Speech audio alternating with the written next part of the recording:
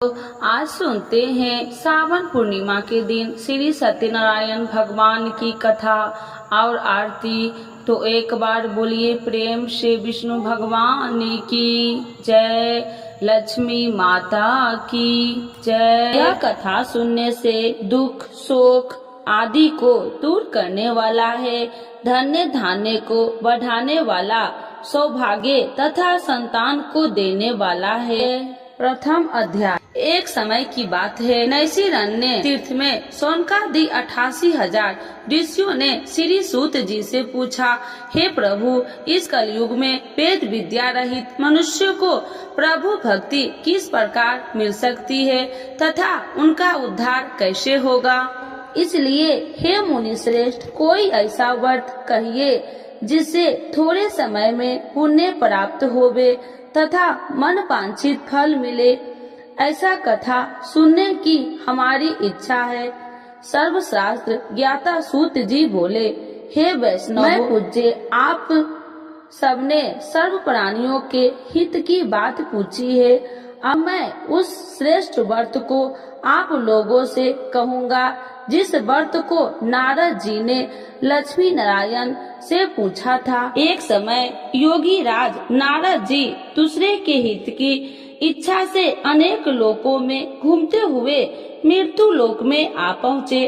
वहाँ बहुत योनियों में जन्मे हुए प्रायः सभी मनुष्यों को अपने कर्मों के द्वारा अनेक दुखों से पीड़ित देखकर सोचा कि किस यत्न के कारण से निश्चय ही इनके दुख का नाश हो सकेगा। नारद ऐसा मन में सोचकर विष्णु लोक को गए। वहाँ श्वेत वर्ण और 4 भुजा वाले देवों के इस नारायण को, जिनके हाथ में शंख चक्र गदा और पद्म थे तथा वरमाला पहने हुए थे, देखकर स्तुति करने लगे। हे भगवान, आप अत्यंत शक्ति से संपन्न है, मन तथा वाणी भी आपको नहीं पा सकती। आपका यदि मध्य और अंत नहीं है, निर्गुण स्वरूप सृष्टि के कारण भूत व भक्तों के दुखों को नष्ट करने वाले हो, आपका मेरा नमस्कार है। नारद जी से इस प्रकार की स्तुति सुनकर विष्णु भगवान बोले, हे मुनि श्रेष्ठ, आपके मन में क्या है? आपका यहाँ किस काम के लिए आगमन हुआ है? निसंकोच कहो। तब नारद मुनि बोले, मृत्यु लोक में सब मनुष्यों को अनेक योनियों में पैदा हुआ है। अपने कर्मों के द्वारा उनके प्रकार के दुखों से दुखित हो रहे हैं। हे नाथ, मुझ पर दया रखते हैं तो बतलाइए कि उन मनुष्यों के सब दुख थोड़े से प्रयत्न से ही कैसे दूर हो सकते हैं। श्री भगवान जी बोले, हे नारद, मनुष्य की भलाई के लिए तुमने बहुत अच्छी बात पूछी है। जिस व्रत के करने से मनुष्य मोह से छूट जाता है, मैं वह कहता हूँ, सुनो। बहुत पुण्य देने वाला है। स्वर्ग तथा मनुष्य लोक दोनों में दुर्लभ एक उत्तम व्रत है। आज मैं प्रेम वश होकर तुमसे कहता हूँ, सत्यनारायण का यह व्रत अच्छी तरह विधान पूर्वक करके मनुष्य तुरंत ही यहाँ सुख भोग कर मरने पर मोक्ष को प्राप्त होता है। श्री भगवान के वचन सुनकर नारद मुनि बोले, उस व्रत का क्या फल है, क्या विधान है, किसने यह व्रत किया है और किस दिन यह व्रत करना चाहिए, विस्तार से बतलाइए। भगवान बोले, दुख शोक आदि को दूर करने वाला, धन्य धान्य को बढ़ाने वाला, सौभाग्य तथा संतान को देने वाला यह व्रत सब स्थान पर विजयी करने वाला है। भक्ति और श्रद्धा के साथ किसी भी दिन मनुष्य श्री सत्यनारायण भगवान के शाम के समय ब्राह्मणों और बांधवों के साथ धर्मपरायण होकर पूजा करे।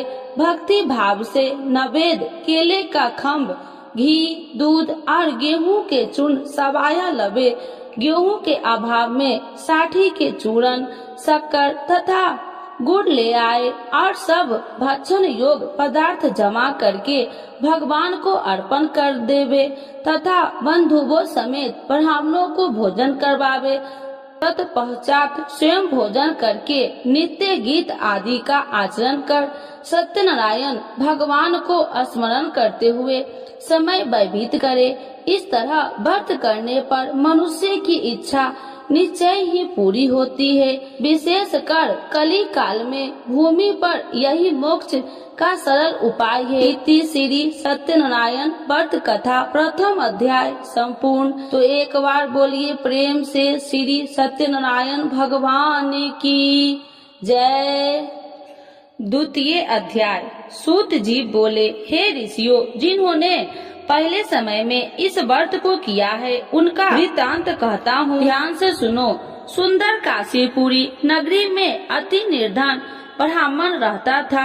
वह भूख और प्यास से बेचैन हुआ नित्य ही पृथ्वी पर घूमता था। ब्राह्मणों से प्रेम करने वाले भगवान ने ब्राह्मण को दुखी देखकर बूढ़े ब्राह्मण का रूप धरकर उसके पास जा आदर के साथ पूछा, हे गरीब, नित्य दुखी हुआ पृथ्वी पर क्यों घूमता है?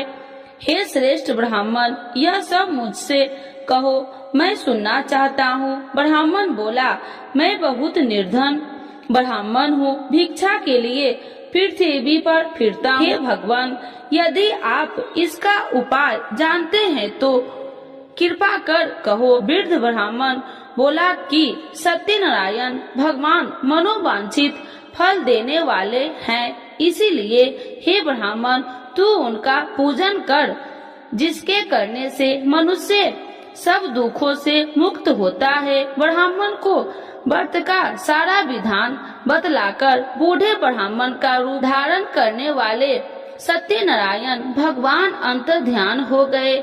जिस व्रत को वृद्ध ब्राह्मण ने बतलाया, मैं उसको अभ्यास करूंगा। यह निश्चय करने पर उस ब्राह्मण को भी नींद न आई। वह सवेरे के लिए चला। उस दिन उसको भिक्षा में बहुत सा धन मिला, जिससे बंधु बांधवों के साथ उसने सत्यनारायण का व्रत किया। उसके करने से वह ब्राह्मण सब दुखों से छूटकर अनेक प्रकार की संपत्तियों से युक्त हुआ। उस समय से वह ब्राह्मण हर मास व्रत करने लगा। इस तरह सत्यनारायण भगवान के व्रत को जो करेगा सब पापों से छूटकर मोक्ष को प्राप्त होगा। आगे जो पृथ्वी पर सत्यनारायण का व्रत करेगा वह मनुष्य सब दुखों से छूट जाएगा। इस तरह नारद जी ने सत्यनारायण का कहा हुआ यह व्रत तुमने कहा, हे वृद्ध, अब मैं और क्या कहूँ? ऋषि बोले, हे मुनि श्रेष्ठ, संसार में इस ब्राह्मण से सुनकर किस किस ने इस व्रत को किया, हम सब वह सुनना चाहते हैं। इसके लिए हमारे मन में श्रद्धा है। सूत जी बोले, हे मुनियों, जिसने इस व्रत को किया है वह सब सुनो। एक समय वह ब्राह्मण धन और ऐश्वर्य के अनुसार बंधु बांधवों के साथ व्रत करने को तैयारी हुआ। उसी समय एक लकड़ी बेचने वाला बूढ़ा आदमी आया और बाहर लकड़ियों को रखकर ब्राह्मण के मकान में गया। प्यास से दुखी लकड़हारा उनको व्रत करते देखकर ब्राह्मण को नमस्कार करके पूछने लगा कि आप यह क्या कर रहे हैं और इसके करने से क्या फल मिलता है, कृपया करके मुझसे कहो। ब्राह्मण ने कहा, सब मनोकामनाओं को पूरा करने वाला यह सत्यनारायण भगवान का व्रत है। इसकी ही कृपा से मेरे यहाँ धन्य धान्य आदि की वृद्धि हुई है। ब्राह्मण से व्रत के बारे में जानकर लकड़हारा बहुत प्रसन्न हुआ। चरणामृत ले और प्रसाद खाने के बाद अपने घर को आया। लकड़हारे ने मन में इस प्रकार का संकल्प किया कि आज ग्राम में लकड़ी बेचने से जो धन मिलेगा उसी से सत्यनारायण देव का उत्तम व्रत करूंगा। यह मन में विचार कर वह बूढ़ा लकड़हारा लकड़ियां अपने सिर पर रखकर जिस नगर में धनवान लोग रहते थे वह ऐसे ही सुंदर नगर में गया। उस दिन वहाँ पर बूढ़े को उन लकड़ियों का दाम पहले दिनों से 100 गुना मिला। तब वह बूढ़ा लकड़हारा दाम ले और अति प्रसन्न होकर पक्के केले की फली, शक्कर, घी, दूध, दही और गेहूं का चूर्ण इत्यादि सत्यनारायण भगवान के व्रत को कुल सामग्रियों को लेकर अपने घर गया। फिर उसने अपने भाइयों को बुलाकर विधि के साथ भगवान का पूजन और व्रत किया। उस व्रत के प्रभाव से बूढ़ा लकड़हारा धन धान्य आदि से युक्त हुआ और संसार के समस्त सुख भोगकर वैकुंठ को चल गया। इति श्री सत्यनारायण व्रत कथा 2 अध्याय संपूर्ण। तो एक बार बोलिए प्रेम से श्री सत्यनारायण भगवान की जय। 3 अध्याय। श्री सूत जी बोले, हे श्रेष्ठ मुनियों, अब मैं आगे की एक कथा कहता हूँ। प्राचीन काल में उल्कामुख नाम का एक महान ज्ञानी राजा था। वह जितेंद्रिय और सत्यव्रता था। प्रतिदिन मंदिरों में जाता तथा गरीबों को धन देकर उनके दुख दूर करता था। उसकी पत्नी कमल के समान सुंदर मुख वाली और सती साध्वी थी। एक दिन भद्रशिला नदी के तट पर वे दोनों विधि विधान से सहित श्री सत्यनारायण भगवान का व्रत कर रहे थे। उस समय वहाँ साधु नामक एक वैश्य आया। उसके पास व्यापार के लिए बहुत सा धन था। वह वैश्य नाम को नदी के किनारे पर ठहराकर राजा के पास आया। राजा को व्रत करते हुए देखकर उसने विनय पूर्वक पूछा, हे राजन, यह आप क्या कर रहे हैं? मेरी सुनने की इच्छा है, कृपया आप यह मुझे भी समझाइए। महाराज उल्कामुख ने कहा, हे साधु वैश्य, मैं अपने बंधु बांधवों के साथ पुत्र की प्राप्ति के लिए श्री सत्यनारायण भगवान का व्रत व पूजन कर रहा हूँ। राजा के वचन सुनकर साधु नामक वैश्य ने आदर से कहा, हे राजन, मुझे भी इसका संपूर्ण विधि विधान बतलाइए। मैं भी आपके कहे अनुसार इस व्रत को करूँगा। मेरी भी कोई संतान नहीं है। मुझे विश्वास है कि इस उत्तम व्रत को करने से अवश्य ही मुझे भी संतान होगी। राजा से व्रत के सब विधान सुन व्यापार से निवृत्त हो वह वैसे सुख पूर्वक अपने घर आया। उसने अपनी पत्नी को संतान देने वाले उस व्रत के विषय में सुनाया और प्रण किया कि जब मेरे संतान होगी तब मैं इस व्रत को करूँगा। वैश्य ने यह वचन अपनी पत्नी लीलावती से भी कहे। एक दिन उसकी पत्नी लीलावती श्री सत्यनारायण भगवान की कृपा से गर्भवती हो गई। 10वें महीने में उसने एक अति सुंदर कन्या को जन्म दिया। दिनों दिन वह कन्या इस तरह बढ़ने लगी जैसे शुक्ल पक्ष का चंद्रमा बढ़ता है। कन्या का नाम उन्होंने कलावती रखा।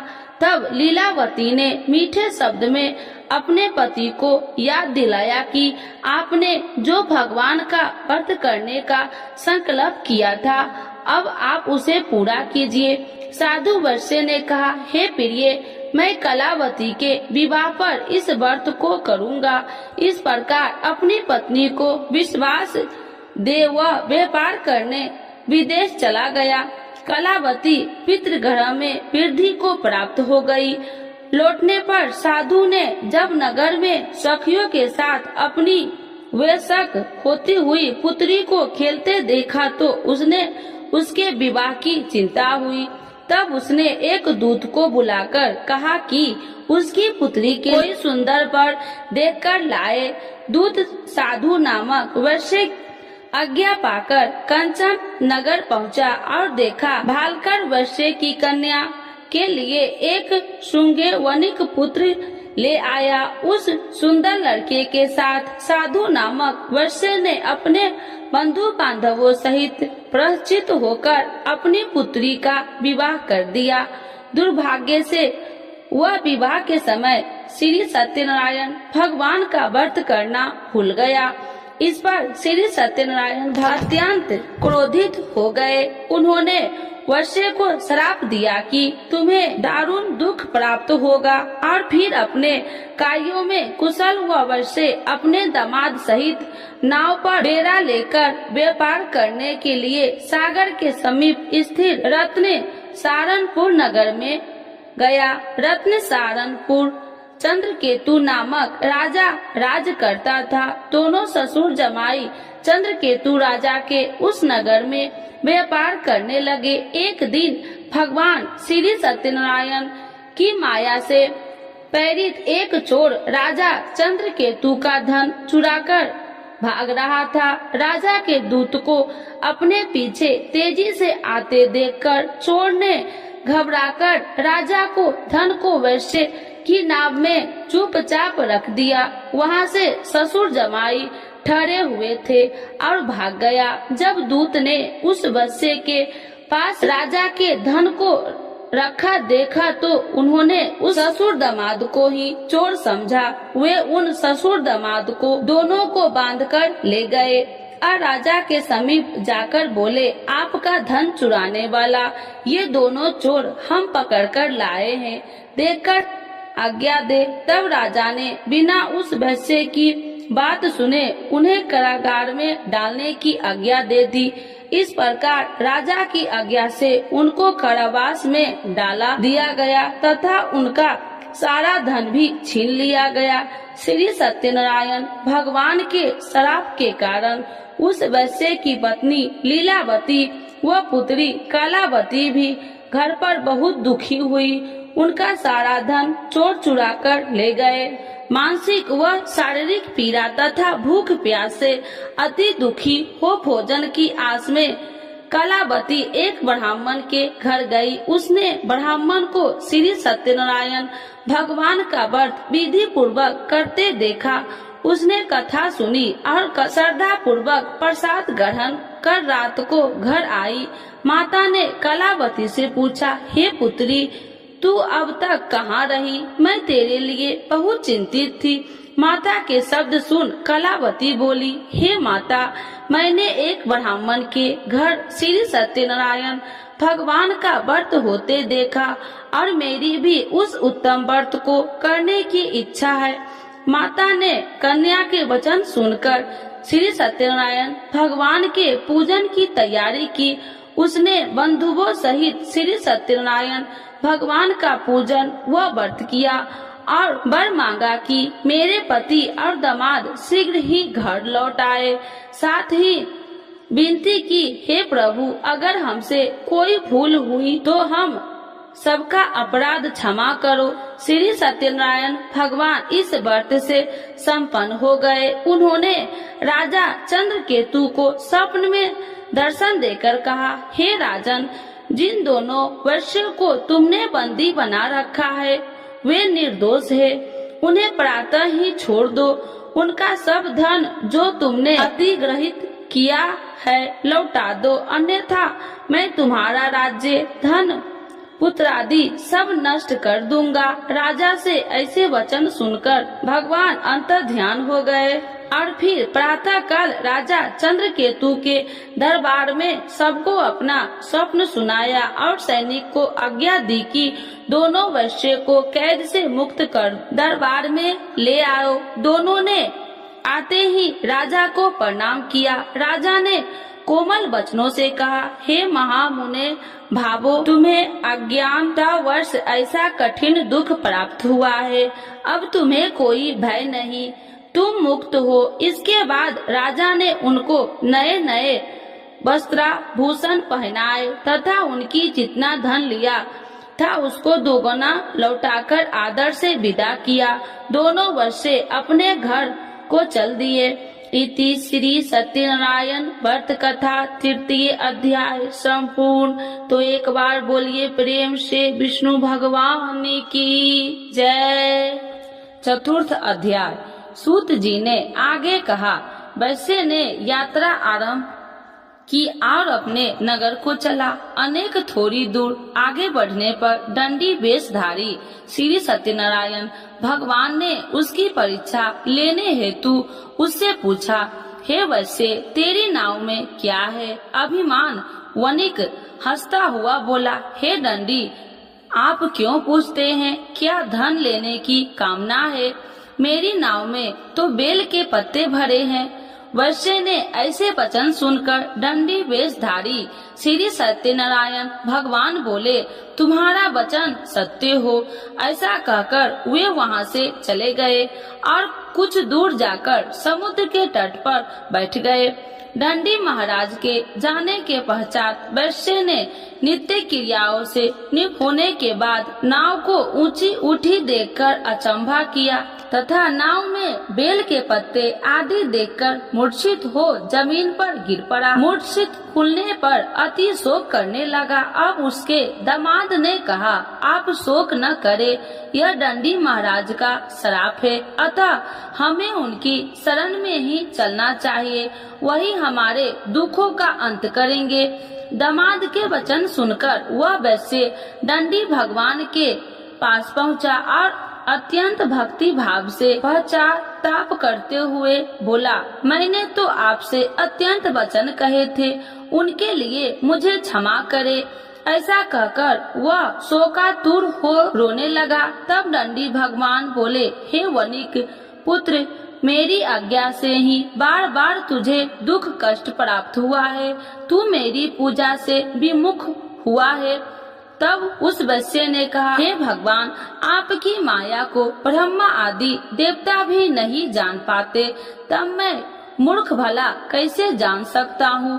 आप प्रसन्न होइए, मैं अपनी क्षमता अनुसार आपकी पूजा करूँगा। मेरी रक्षा कीजिए और मेरी नौका को पहले के समान धन से परिपूर्ण कर दीजिए। उसके भक्ति से परिपूर्ण वचन सुनकर श्री सत्यनारायण भगवान प्रसन्न हो गए और उसकी इच्छा अनुसार वर देकर अंतर्ध्यान हो गए। तब ससुर व दामाद दोनों ने नाव पर आकर देखा कि नाव धन से परिपूर्ण है। फिर वह विधि विधान से भगवान सत्यनारायण का पूजन कर साथियों सहित अपने नगर को चला। तब वह अपने नगर के निकट पहुंचा। तब उसने एक दूत को अपने घर भेजा। दूत ने साधु नामक वैश्य के घर जाकर उसकी पत्नी को नमस्कार किया और कहा, आपके पति अपने जमाता सहित इस नगर में समीप आ गए हैं। लीलावती और उसकी कन्या कलावती इस समय भगवान का पूजन कर रही थी। दूत का वचन सुनकर साधु की पत्नी ने बड़े हर्ष के साथ सत्यनारायण भगवान का पूजन पूर्ण किया और अपनी पुत्री से कहा, मैं अपने पति के दर्शन को जाती हूँ, तू पूजन पूर्ण कर शीघ्र आ जाना। परंतु कलावती पूजन एवं प्रसाद छोड़कर अपने पति के दर्शन के लिए चली गई। पूजन एवं प्रसाद की अवज्ञा के कारण भगवान सत्यनारायण ने रुष्ट हो उसके पति को नाव सहित पानी में डुबो दिया। कलावती अपने पति को न पाकर रोती हुई जमीन पर गिर पड़ी। नौका को डूबा हुआ तथा कन्या को रोती हुई देख साधु नामक वैश्य द्रवित होकर बोला, हे प्रभु, मुझसे या मेरे परिवार से अज्ञानतावश जो अपराध हुआ है उसे क्षमा करे। उसके ऐसे वचन सुनकर सत्यदेव भगवान प्रसन्न हो गए। आकाशवाणी हुई, हे वैश्य, तेरी पुत्री तेरा प्रसाद छोड़कर आई है, इसीलिए इसका पति अदृश्य हुआ है। यदि वह घर जाकर प्रसाद ग्रहण कर लौटे तो इसे इसका पति अवश्य मिलेगा। आकाशवाणी सुनकर कलावती ने घर पहुंचकर प्रसाद ग्रहण किया और फिर आकर अपने पति को पूर्व रूप में पाकर वह अति प्रसन्न हुई तथा उसने अपने पति के दर्शन किए। तत्पश्चात साधु वैश्य ने वही बंधु बांधवों सहित सत्य देव का विधि पूर्वक पूजन किया। वह इस लोक के सभी प्रकार के सुख भोग कर अंत में मोक्ष को प्राप्त हुआ। इति श्री सत्यनारायण व्रत कथा चतुर्थ अध्याय संपूर्ण। एक बार बोलिए प्रेम से श्री सत्यनारायण भगवान की जय। पंचम अध्याय। श्री सूत जी बोले, हे ऋषिगण, मैं एक और कथा कहता हूँ, आप सभी ध्यान से सुनो। सदा प्रजा के लिए चिंतित तुंगध्वज नाम का एक राजा था। उसने भगवान सत्यनारायण का प्रसाद त्याग कर बहुत कष्ट पाया। एक समय राजा वन में अन्य पशुओं को मारकर बर के वृक्ष के नीचे आया। वहाँ उसने ग्वालों को भक्ति भाव से बंधु बांधवों सहित श्री सत्यनारायण जी की पूजन करते देखा, परंतु राजा देखकर भी अभिमान के कारण न तो वहाँ गया और न ही सत्यदेव भगवान को नमस्कार ही किया। जब ग्वालों ने भगवान का प्रसाद उसके सामने रखा तो वह प्रसाद छोड़कर अपने नगर को चला गया। नगर में पहुंचकर उसने देखा कि उसका सारा राज्य नष्ट हो गया। वह समझ गया कि यह सब भगवान सत्यदेव ने रुष्ट होकर किया है। तब वह वन में वापस आया और ग्वालों के समीप जाकर विधि पूर्वक पूजन कर प्रसाद ग्रहण किया तो सत्यनारायण की कृपा से सब कुछ पहले जैसा ही हो गया और लंबे समय तक सुख भोग कर मरणोपरांत वह मोक्ष को प्राप्त हुआ। जो मनुष्य इस श्रेष्ठ दुर्लभ व्रत को करेगा, श्री सत्यनारायण भगवान की कृपा से उसे धन्य धान्य की कोई कमी नहीं होगी। निर्धन धनी और बंदी बांधवों से मुक्त होकर निर्भय हो जाता है। संतानहीन को संतान की प्राप्ति होती है तथा सब इच्छाएं पूर्ण कर अंत में वह वैकुंठ धाम को जाता है। अब उनके बारे में भी जानिए जिन्होंने पहले इस व्रत को किया है। अब उनके दूसरे जन्म की कथा भी सुनिए। सतानंद नामक वृद्ध ब्राह्मण ने सुदामा के रूप में जन्म लेकर श्री कृष्ण की भक्ति एवं सेवा कर वैकुंठ प्राप्त किया। उल्का मुख नामक महाराज राजा दशरथ बने और श्री रघुनाथ का पूजन कर मोक्ष को प्राप्त हुए। साधु नाम के वैश्य ने धर्मात्मा व सत्य प्रतिज्ञ राजा मोर ध्वज बनकर अपने पुत्र को और से चीर कर वैकुंठ धाम प्राप्त किया। महाराज ध्रुमध्वज और स्वयंभू मनु बने। उन्होंने बहुत से लोगों को भगवान की भक्ति में लीन करवाकर वैकुंठ धाम प्राप्त किया। लकड़हारा अगले जन्म में गृह नामक निषाद राजा बना, जिसने राम के चरणों की सेवा कर अपने सभी जन्मों को संवार लिया। इति श्री सत्यनारायण व्रत कथा 5th अध्याय संपूर्ण। तो एक बार बोलिए प्रेम से भगवान श्री सत्यनारायण की जय। आरती श्री सत्यनारायण जी की जय। लक्ष्मी रमीना श्री जय लक्ष्मी रमीना सत्यनारायण स्वामी जनिपात की हरिना। जय लक्ष्मी रमीना रत्न जरित सिंहासन अद्भुत छवि राजे स्वामी अद्भुत छवि राजे।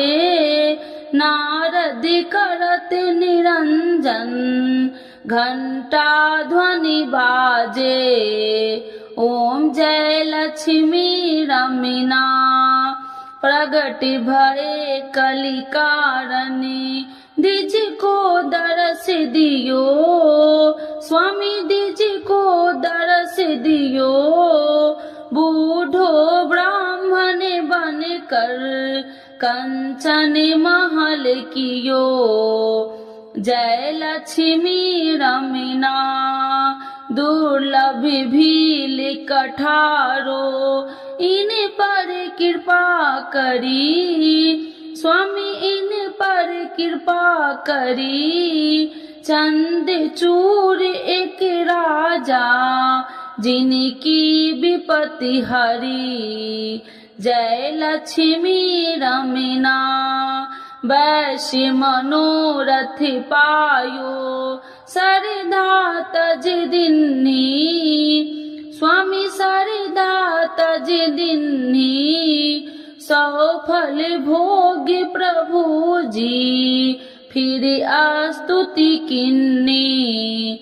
ओम जय लक्ष्मी रमीना भाव विभक्ति के कारण छिन छिन रूप धरियो स्वामी छिन छिन रूप धरियो।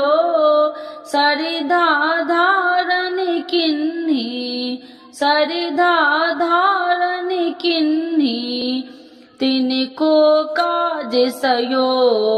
ओम जय लक्ष्मी रमीना ग्वाल बाल संग राजा बन में भक्ति करी। स्वामी बन में भक्ति करी मन वांछित फल दिन्हो दीन दयाल हरि। जय लक्ष्मी रमीना चढ़त प्रसाद सबाय कदली फल में बा। स्वामी कदली फल में बा धूप दीप तुलसी से राजी सत्य देवा। ओम जय लक्ष्मी रमीना। श्री सत्यनारायण जी की आरती जो कोई नर गावे। स्वामी जो कोई नर गावे कहत शिवानंद स्वामी मन वांछित फल पावे। जय लक्ष्मी रमीना स्वामी जय लक्ष्मी रमीना। श्री सत्यनारायण भगवान की जय, विष्णु भगवान की जय, सर्व देवी देवताओं की जय।